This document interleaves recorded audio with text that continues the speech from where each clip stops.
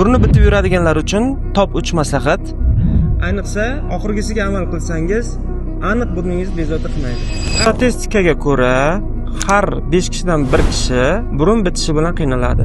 Lekin ularning ko'pchiligi dorixona tomchilariga o'rganib qolgan bo'ladi. Bu esa aksincha burunning ahvolini yaxshilamaydi, uni yanada og'irlashishiga olib keladi. Masalan, yaqinda 28 yoshli bir bemorimiz keldi. 2 yil davomida burun tomchilariga o'rganib qolgan ekan. Ularni tekshirib ko'rganimizda burunlarida allergiya va burun to'sig'ida qiyshiqlik aniqlandi.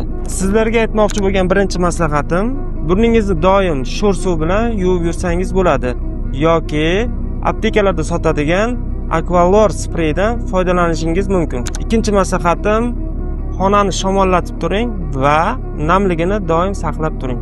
Uchinchi eng muhim maslahatimizni aytamiz. Bu siz lor shifokoriga borib, uning maslahatlariga amal qiladigan bo'lsangiz, sizda hech qachon burun shikoyatlari uchramaydi.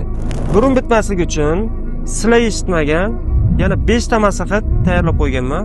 Kommentariyada qon so'zini qoldirsangiz, men sizlarga direktdan bularni yuborib qo'yaman.